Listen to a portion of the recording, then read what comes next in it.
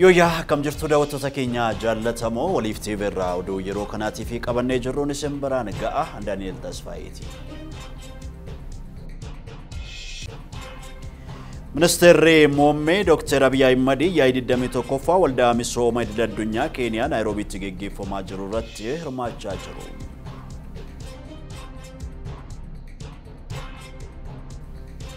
Magaalaa Finfinneetti balaa roobaatiin lubbuun namoota 4 darbe.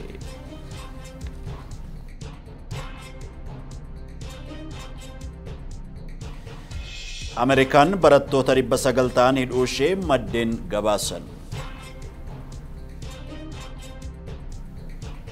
Kan ammaa isinitti himne ijoo oduu keenyaatti daawwattoota keenya ammoo gara bal'ina oduuttan isin dabarsa. Ministeerri muummee Dr. Abiy Ahmed yaa'ii 21ffaa waldaa misooma idil addunyaa Keeniyaa Naayiroobiitti geggeeffamaa jiru irratti hirmaachaa jiru. Liyaata Addasee bal'ina isaa isinitti himti. Ministeerri muummee Dr. Abiy Ahmed yaa'ii 21ffaa waldaa misooma idil addunyaa Keeniyaa Naayiroobiitti geggeeffamaa jiru irratti hirmaachaa jiru. Yaa'iin kun Afrikaa keessatti deeggarsa maallaqa misoomaa deeggartootaa fi hidhata waldichaatiin aantummaa qaban agarsiisuu fi cimsuuf kan kaayyeeffate ta'uu himamee jira. Kaayyoon yaa'ichaa deeggartoonni waldichaa waggaa 21 keessatti deeggarsa maallaqaa taasisaa turan akka hubataniif kan taasisudhas jedhame. Deeggarsi kun gufuulee misoomaa fi carraa gaarii Afrikaa karaa mijataa ta'een keessummeessuuf barbaachisaa ta'uu waajjirri Ministeera muummee beeksisee jira. Ministeerri muummee Dr. Abiy Ahmed yaa'ii taa'amaa jiru irratti ergaa dabarsaniin fooyya'insi dinagdee irratti geggeeffame qormaata ce'uun hojii milkii qabu raawwachuun danda'amuusaaf agarsiiftuu ta'uu himan. Ergaa isaaniinis hojiilee Itoophiyaan gama fooyya'insa dinagdee oomisha guddisuu, nagaa, kunuunsa qabeenya uumamaa fi barnootaaf kanneen biroo irratti hojjetaa jirtu dhiyeessanii jiru. Hojiin Komishinii Marii Biyyaalessaa Fedhii Nagaa Keenyaa mariin araara buusuuf wal amantaa uumuuf hojii raawwatamuudhas jedhan. Dr. Abiy akka ibsanitti barnoota dhaqqabamaa taasisuuf dargaggoota humneessuun Itoophiyaan hojii haaraa miliyoona 2 uumuuf akka karoorfatte ibsanii jiru. Sochiiwwan akka ashaaraa magariisaa, humna ibsaa hundaan ga'uu, ce'umsa dijitaalaa fi kunuunsa qabeenya uumamaa irratti akka xiyyeeffattus himaniiru. Itoophiyaan waldaan misooma idil addunyaa deeggarsa ardichaaf taasisu cimsee akka itti fuftu gaafachuu odeeffannoon miidiyaa hawaasummaa ministeera muummee Dr. Abiy Ahmed irraa argame ni mul'isa. Yaa'iin kun guyyaa boriis kan itti fufu yoo ta'u, geggeessitoonni Afrikaa baay'een magaalaa guddoo Keeniyaa Naayiroobiitti walitti qabamuun hirmaachaa jiraachuun himamee jira. Guyyaan qormaanni kutaa 12ffaa bara kanaa itti kennamu ifoomee jira.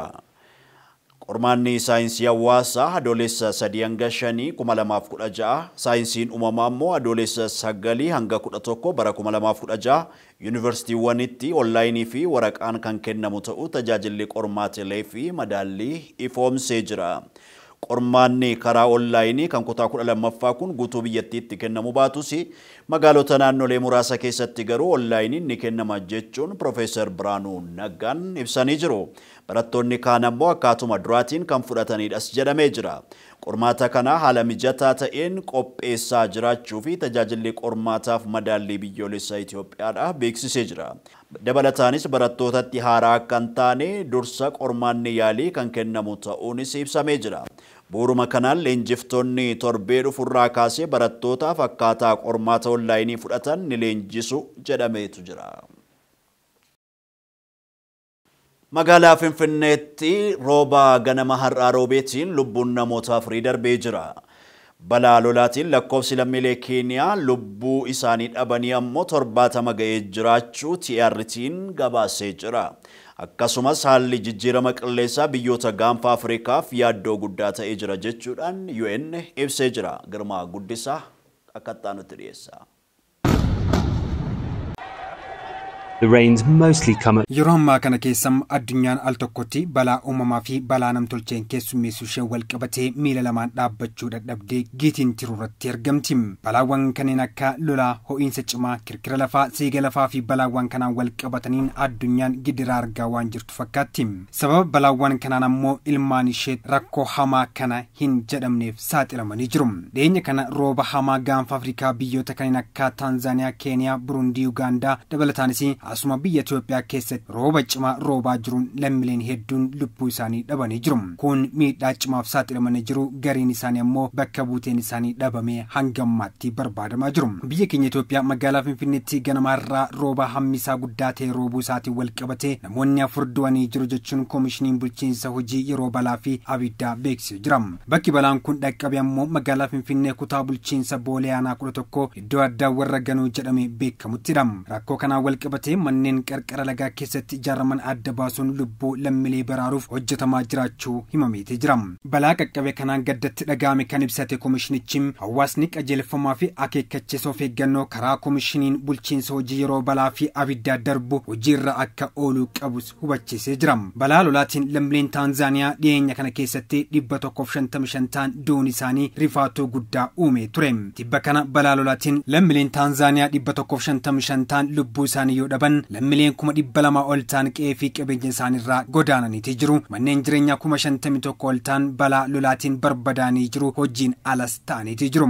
Guyyaa irratti ammoo Keeniyaatti hidhaan Kijaabee jedhamu jiguun lolaa qaqqabsiiseen lubbuun namoota 45 darbuun ibsamee jira. Lakkoofsi namoota du'anii dabaluu akka danda'us aangoonni biyyattii ibsanii jiru. Akkasumas kaaba baha Keeniyaa bakka Maadogoo jedhamutti bidiruun namoota baay'ee feetee lolaan fudhatamuun namoota 28 lubbuun darbeetee jira. Hanga sanbata darbeetti Keeniyaa bakka garaa garaatti sababa lolaan lubbuu namoota 83 darbuu fi namoonni 130 ol qe'ee fi qabeenya isaaniirraa buqqa'uu BBC'n gabaasee jira. Bifuma wal fakkaatuun Taanzaaniyaa keessatti yeroo ammaa kana keessatti rooba cimaa roobaa jiruun lammiileen 155 yoo du'an Burundii keessatti ammoo namoonni 100 ol kan ta'an qe'ee isaaniirraa buqqa'anii jiru. Akka gabaasni TRT World gabaasetti biyyoonni baha Afrikaa fi biyyoonni giddu gala Afrikaa rooba cimaa fi lolaa badii geessisuun keessummeessaa jiru jechuun gabaasee jira. Dubbii himaa mootummaa Keeniyaa Isaak Mahawuraa jimaata darbee lolaa deemaa jiruun namoonni 100 lakkaa'aman du'anii jiru jedhu mormuun lammiileen Keeniyaa balaa kanaan du'an 70 jechuun ibsa miidiyaaleef laatanii jiru. Itti aanaan pirezidaantii Keeniyaa Rigaati Gachaagua ibsa maddeen miidiyaaleef laataniin mootummaan Keeniyaa gargaarsa hatattamaaf oolu shilingii Keeniyaa biliyoona 4 yookiin ammoo doolaara Ameerikaa miliyoona 29 ramaduu isaa ibsuun lammiileen miidhaa kanaan saaxilaman akka deeggarsa argatan taasisnee jirra jechuun himanii jiru. Yeroo ammaa kana keessatti lammiileen Keeniyaa 130 ol kan ta'an miidhaa fi godaansaaf saaxilamanii jiru. Manneen jireenyaa 1000 lakkaa'aman lolaan dhiqamanii jiru. Kaan ammoo lolaan barbadaanii jiru. Manneen barnootaa mootummaa magaalaa guddoo biyyattii keessa jiran gara 64 ta'an bishaaniin guutamanii cufamanii jiru. Daandii fi riqichoonni miidhamanii jiru. Gariin ammoo tajaajilaan ala ta'anii jiru. Ministeerri meetrooloojii Keeniyaa ibsa baaseen jiraattonni of eeggannoo akka godhanis dhaamanii jiru. Dhaabbanni mootummoota gamtoomanii dhiyeenya kana ibsa baaseen balaa lolaa rooba ganna namoota miliyoona 1 ta'u buqqisuu danda'a jechuun ibseeti jira. Roobni ganna dhufu namoota miliyoona 1 ol qeerraa buqqisuu akka danda'u dhaabbata mootummoota gamtoomaniitti qindeessaan gargaarsa namummaa beeksiseeti jira.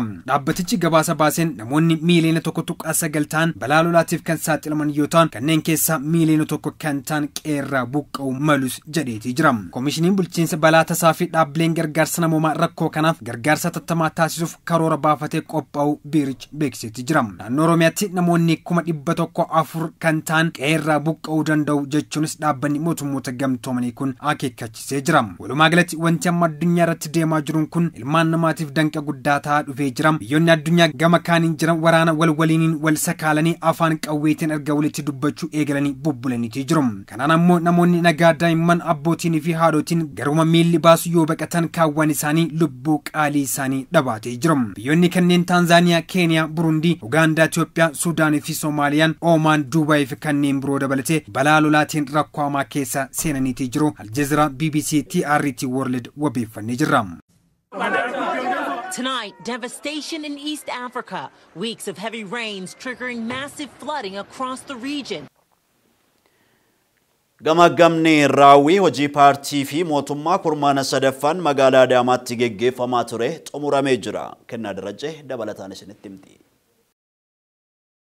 Ciminoota argamanitti fufsiisuun hanqinaalee adda bahan bu'uurarraa sirreessuuf xiyyeeffannoon akka hojjetamu pirezidaantiin mootummaa naannoo Oromiyaa Obbo Shimallis Abdiisaa ibsaniiru. Ciminoota bara 2016 keessa argaman itti fufsiisuun hanqinaalee adda bahan bu'uurarraa sirreessuuf xiyyeeffannoon kan hojjetamu ta'uu Obbo Shimallis Abdiisaan ibsaniiru. Rakkoolee bu'uurarraa fooyyessuuf hooggansi xiiqiin deemuu irratti jijjiiramni dhufaa jiraachuus kaasaniiru. Rakkoolee kenna tajaajilaa ijaarsi caasaa sadarkaa aanaa fi gandaatti jiru laafaa ta'uu, rakkoon gabaasa sobaa yaannaan wal qabatu haalli hojiin itti madaalamu kan waliin simne ta'uu fi rakkoo uumameef itti gaafatamummaa fudhatanii sirreessuurra sababa baay'isuun dhimmoota raawwii keessatti akka hanqinaatti adda bahan ta'uu gamaggamichaan ilaalamuu himameera. Kurmaana sadan darban keessa ciminni hedduun argamus hanqinaalee jiran furuuf jijjiirama fiduuf xiyyeeffannaan hojjetama jedhaniiru. Fayyadamummaa hawaasaa dhugoomsuuf kurmaana sadan darban keessa misooma ariifachiisuu, nageenya mirkaneessuu fi diinagdee hawaasaa fooyyessuuf xiyyeeffannaan kennamee hojjetamaa turuu himaniiru. Dabalataanis humnoota waloo qindeessuun fayyadamummaa irratti fooyya'insi mul'ate cimee itti fufuu akka qabu obbo Shimallis ibsaniiru. Waltajjii gamaggama raawwii hojii paartii fi mootummaa kurmaana sadaffaa magaalaa Adaamaatti gaggeeffamaa jiru irratti argamuun kallattii hojii kan ka'an obbo Shimallis Abdiisaan baatiiwwan 9 darban keessatti humnoota waloo qindeessuun galmoota misoomaa qaban milkeessuuf sochiin taasifame jajjabeessaa ta'uu ibsaniiru. Pirezidaantiin naannoo Oromiyaa obbo Shimallis Abdiisaa xumura qorannoo raawwii hojii mootummaa fi paartii kurmaana sadan darban irratti kallattii ka'aniin humnaa fi qabeenya qabnu sirnaan fayyadamuun hoogganuu irratti cimnaan hojjechuu gaafatas jedhaniiru. Kurmaana sadan darban hojiileen misoomaa nageenyaa fi diinagdee irratti hojjetamaa ture milkaa'aa ta'us eeraniiru. Iddoo hooggansi cimee itti hojjetetti humna waloo fayyadamuu, miirri qabsoon dubbii furuu, hooggansi diinagdee hoogganuu fi hojiileen tarkaanfiiwwan addaa lafa qabsiisuuf itti deemamaa ture gufuu keessatti hojii gufuu dandamatu hojjechuun danda'amuu himaniiru. Interpiriinara heddumminaan horachuuf humnaa fi qabeenya jiru qindeessuun haala wal fakkaatuun iddoo hundatti dilbii jiru duguuganii hojiirra oolchuuf ammallee xiiqii fi ciminaan hojjechuun akka barbaachisu obbo Shimallis hubachiisaniiru. Hirmaannaa hawaasaa cimsuun hojiilee harcaan sirnaan irratti hojjechuun galma yaadame milkeessuunis hooggansarraa akka eegamu himaniiru. Gamaggamni raawwii hojii paartii fi mootummaa kurmaana sadaffaa guyyoota 3f gaggeeffamaa tures kallattii karoora hojii itti aanu kaa'uun guyyaa har'aa xumurameera.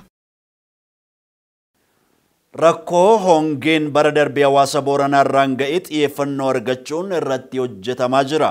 Mootummaan naannoo Oromiyaa jireenya hawaasa gammoojjii jijjiiruuf xiyyeeffannaa guddaa kennuudhaan piroojeektoota Finnaa 73 Oromiyaa keessatti hojjetaa jiraachuu Biiroon Kominikeeshinii Oromiyaadhaa ibsee jira. Boorumashii dabalataan qindeesseera.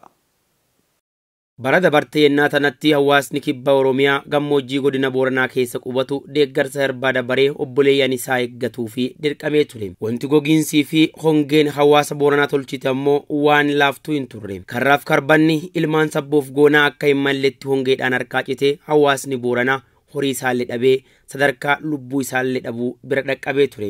Jaarsaaf jaartiin Booranaallee ammoo buttee durraa fatantaan dhabanii dhadhaa dudhiffatan dhabanii zayitaa fi sukkaara eeggachuudhaaf dirqamanii turani. Hawaasni lafa baddaa fi badda daree Oromiyaa keessa qubatu ammoo walqixa birmatii hawaasa Booranaa hongee jalaa baraaruu danda'ee jira. Amma ammoo seenaa fokkisaan sun akka lammoon deebineef jecha mootummaan naannoo Oromiyaa balaa hongeen hawaasa Booranaatti fidde san xiyyeeffannaa guddaa kennuudhaan irratti hojjechuu irratti argama. Piroojeektoota Finnaa baajataa gara biiliyoona 3.4 hojjetamaa jiran kaakudhanii 4 ta'anii fi idileedhaan tokko amma gammoojjiiwwan Booranaa keessatti hojjetamuudhaan tajaajilaa fi dhaqqabuu irratti argamu. Torbaan darbe tana keessa ammoo qindeessummaa fi walta'iinsa biiroo kominikeeshinii Oromiyaa fi akkanumallee ammoo biiroo misooma jallisii fi horsiisee bulaa Oromiyaatiin hojiiwwan piroojeektoota Finnaa godina Booranaa aanaalee garaagaraa keessatti hojjetaman hoggantoota fi ogeeyyota miidiyaalee fooraamii Oromiyaa jalatti argamaniin daawwatamaniiti jiru. Daa'ii irratti ammoo mootummaan naannoo Oromiyaa bara baajataa 2010 irraa eegaluudhaan seenaa gammoojjii Oromiyaa jijjiiruu fi inishiyeetiivii piroojeektiiwwan Finnaa gara 73 ta'an guutuu Oromiyaa keessatti hojjechuu fi beesee gara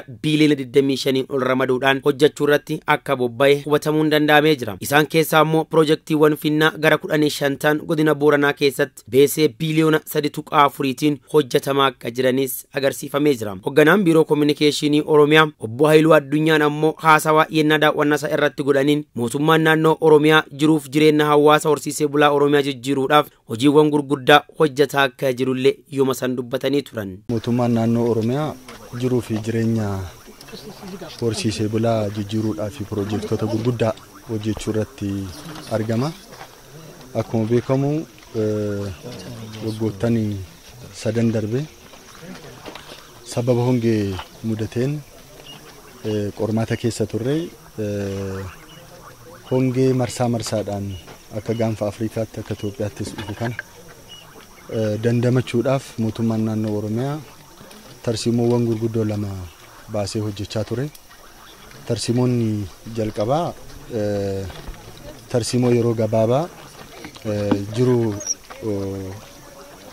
uummataa sababa hongeetiin saaxilame rakkoo cimaa toon qaqqabsiisin qolachuu dandeessisu lubbuun namaa sababa hongeetiin akka hin darbine humna mootummaa fi uummataa qindeessuudhaan sababa hongeetiin lubbuun namaa akka hin darbine gargaarsa adda addaa humna mootummaa fi uummataan dhiyeessuu isa jalqabaa ta'eera.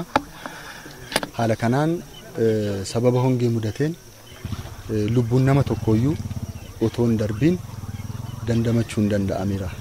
daawwannaa piroojektota finnaa irratti ammoo bakka hidhi bisaan jallisii finnaa bokkoolaatti haasaa kataasan obbo Haayiluun mootummaan tarsimoo yeroo gabaabaa ka hongee fi gogiinsa qolachuuf akkanumallee ammoo horiin akka sababa hongeetiin hin dhumanne nyaata loonii dhiyeessuu bira dabaree qopheessuu danda'uu fi tarsimoo yennaa dheeraa ka piroojektota rakkoo kana dandamachiisanii fi ce'umsa diinagdee biyyattii utubuu danda'an irratti hojjechaa jiraachuu isaanii ibsanii jiru. Itti aanaan bulchaa godina Booranaa obbo Bariisoo Gannoon ammoo hawaasni Booranaa rakkoo bara darbeessa mudatirraa barachuudhaan horsiifataa fi qonnallee wal cinatti hojjechuu eegalee jira jechuudhaan waan amma hojjetamaa jiru ibsaniitu jiru. Kun akka tarsiimoo tokkotti mootummaa naannoo Oromiyaatiin hoogganame kallattii hooggansa mootummaa naannoo Oromiyaa kenneen hoogganamee jijjiiramu kun bal'aan dhufee jira. Hongeeyyuu dhufe horiin godina Booranaa keessatti waan tokko ta'uu hin danda'u. Finnaa walii wal qabatee finnaan isa argitan kun bishaan kun dur lafti isin argitan kun bishaan tokko mul'atu. Dabalataan ammoo oomishni godina Booranaa keessatti oomishamee hin beekne oomishamaa jiraachuun kutannaan uummataa mul'ataa jiraachuu fi godaansi bakkaa dur yeroo yerootti godhamu ammaan tana ammoo hirdhataa jiraachuullee ibsaniitu jiru. Hawaasni Booranaallee amma haroowwan namtolchee iddoowwan garaagaraa keessaayyuu aanaa Elway aanaa Goomolee fi aanaa Mooyyalee keessatti arguu danda'eetu jira. Mootummaan naannoo Oromiyaallee ammoo kana xiyyeeffannaa olaanaa kennuudhaan hojjechaa jiraachuu isaallee daawwannaa goonerraa hubachuun danda'ameetu jira. Gamtaan Awurooppaa Itoophiyaanotaaf tajaajila viisaa kennuu yeroodhaaf dhaabuusaa beeksisee jira. Gamtaan Awurooppaa sababa mootummaa Itoophiyaa irraa tumsa argachuu hin dandeenye jedhuun tajaajila Itoophiyaanotaaf viisaa kennuu yeroodhaaf dhaabuusaa beeksise. Gamtichi ibsa baaseen Itoophiyaanota gara Awurooppaa imaluu barbaadanii fi tajaajila viisaa yeroodhaaf addaan kutuu beeksiseera. Sababni dhimma godaantota Itoophiyaa Awurooppaa keessatti argamaniin wal qabatee mootummaa Itoophiyaa irraa tumsa argachuu dhabuu ta'uusaa heeree jira. Haa ta'u malee murteen kun haga yoomiitti akka turu gamtichi hin ibsine.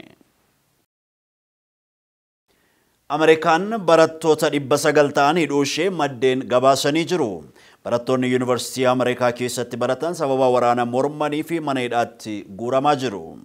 Waraana Israa'eliif Hamaas gidduu deemaa jiru akka dhaabbatu barattoonni yuunivarsiitii Ameerikaa 900 mormii kaasan mootummaadhaan hidhamanii jiru.